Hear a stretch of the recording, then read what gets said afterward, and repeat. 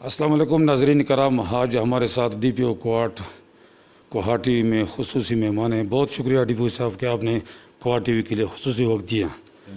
D P او صاحب، کوہاٹ میں امن و امان اور کرونا صورتحال کی کیا صورتحال ہے اور آپ کے پولیس کے کتنے اہلکار متاثر ہو چکے ہیں ابھی تک؟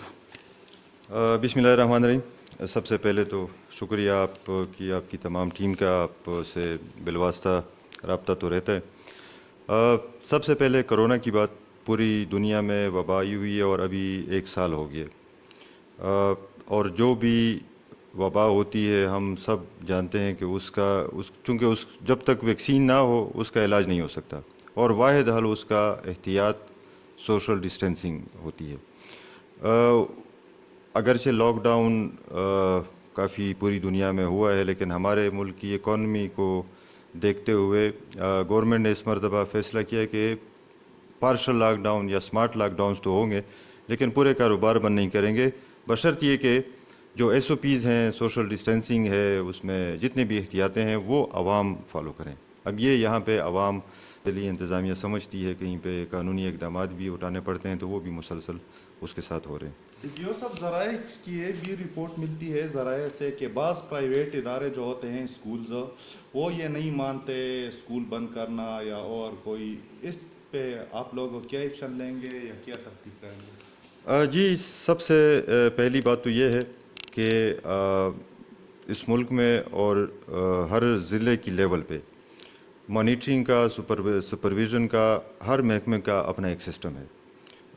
محکمہ تعلیم کا بھی یہاں پہ ڈسٹرکٹ ایجوکیشن آفیسر بیٹھتے ہیں، which is equivalent to district police officer,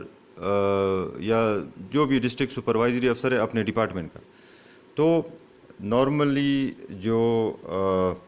اس کی فالوئنگ کروانی ہے، کیونکہ اب یہ کرمنل اوفینس تو ہے نہیں، پولیس تو وہاں پہ آتی ہے جہاں کوگنیزیبل کوئی کرائم ہوتا ہے، لیکن پھر بھی اگر حکومت کرونا کی اسپیشل سچویشن کو مد نظر رکھتے ہوئے اس سلسلے میں کوئی قانونی اقدامات کی، جب اور جس وقت بھی کسی محکمے کو بھی سپورٹ کی، اسسٹنس کی ضرورت ہوتی ہے، تو ہم 24 گھنٹے ساتھ ہیں، پولیس ڈپارٹمنٹ بھی مل کے ہی ہم نے کرنے ہیں۔ لیکن چونکہ اسکولز اور کالجز کا مسئلہ ایسا ہے کہ پولیس کرائم سے ڈیل کرتی ہے، تو پہلے کوشش یہی ہوتی ہے کہ اپنے ڈپارٹمنٹ جو ان کا سپروائزری میکینزم ہے، اگر ان کو اسسٹنس کی ضرورت پڑتی ہے تو پولیس تبھی اسسٹنس دیتی ہے۔ فار ایگزامپل، اس کی ایک مثال پولیو ہم 10 سال سے دیکھ رہے ہیں، اور آج سے چونکہ کیمپین ہے تو اس وقت بھی تقریباً 1000 کے قریب پولیس والے، جو کہ ساری ضلع کی اسٹرینتھ ہے، اس وقت پولیو کی ٹیموں کے ساتھ مصروف ہے۔ سر جی، یہ اصلاحی کمیٹیاں جو ڈی آر سی کمیٹی ہے، عوام ان سے بڑے خوش ہیں، کافی اصلاحات بھی آ رہے ہیں، لیکن اس میں کافی جرگے کامیاب بھی ہو چکے ہیں۔ تو اس میں ہم مطالبہ کرتے ہیں کہ اس میں اگر تاجران، ڈاکٹرز یا صحافی اور بھی شامل کیے جائیں تاکہ اس میں اور بھی بہتری آ سکے۔ جی بالکل، آپ نے درست فرمایا۔ جرگہ ہمارا ایک یہاں پہ ایک traditional system of settling problems عوام میں تھا،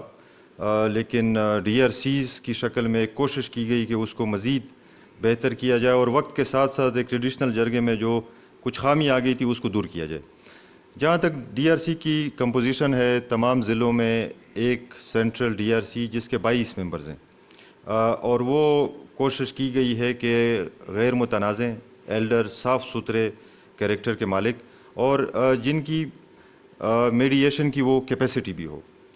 جس طرح ہمارے، آپ کو پتہ ہے، یہ کوہاٹ ڈی آر سی کو ہی یہ شرف حاصل ہے کہ ایک ریٹائرڈ چیف جسٹس صاحب، جسٹس ابن علی صاحب، ہمارے پیٹرن ان چیف ہیں، اس کے مطلب جنہوں نے آئندے بھی ہم نے پہلے بھی رکھے ہیں، اور جہاں پہ انشاءاللہ ضرورت ہوگی۔ لیکن بتانا میں یہ چاہتا تھا کہ ہم نے آج سے کوئی 3 سال پہلے یہاں پہ شروعات کی تھی کہ ہم اب ڈی آر سی کو کم از کم پہلے لیول میں اس کو پولیس سرکل، سب ڈویژن لیول تک لے جائیں، اور پھر دوسرے سٹیپ پہ اس کو تانے کی لیول تک آ جائیں، کیونکہ کافی بڑا ایریا ہوتا ہے وہ گنبد، شادی خیل سے ایک پارٹی اگر کوہاٹ آتی ہے تو غریب لوگ ہیں، ان کو پھر بھی مسئلے ہیں، اور اس میں ہم نے لاچی سرکل میں شروعات کر بھی دی تھی۔ ابھی انشاءاللہ اللہ خیر رکھے تو ہم گنبد میں اور جو ہے اسرزئی میں انشاءاللہ اس کا بھی ارادہ ہے کہ وہاں پہ بھی ہم اس کی کر لیں، لیکن حکومت کچھ قانون سازی اس بارے میں مزید کر رہی ہے. ہم اس کا انتظار کر رہے ہیں کہ وہ جس طرح کے مرجڈ ایریا جو ہیں وہاں پہ بھی ہم نے اگرچہ قائم کر دی تھی، لیکن پھر قانون سازی چونکہ پائپ لائن میں، اس کی وجہ سے وہ کام ابھی تک ہم نے ہولڈ کیا ہوا ہے. جہاں تک ممبرز کی ہے، ممبرز ہمارے سارے والنٹری ہوتے ہیں، اور ابھی چونکہ 22 تعداد رکھی ہے، تو اس میں سے اگر کوئی بیمار ہو جائے یا وہ معذرت کر لے تو ہم ہمیشہ ہم نے اسی ضلع سے اور مختلف جو شعبات زندگی ہیں ان کے نمائندوں کو ہی اس میں رکھنا ہے.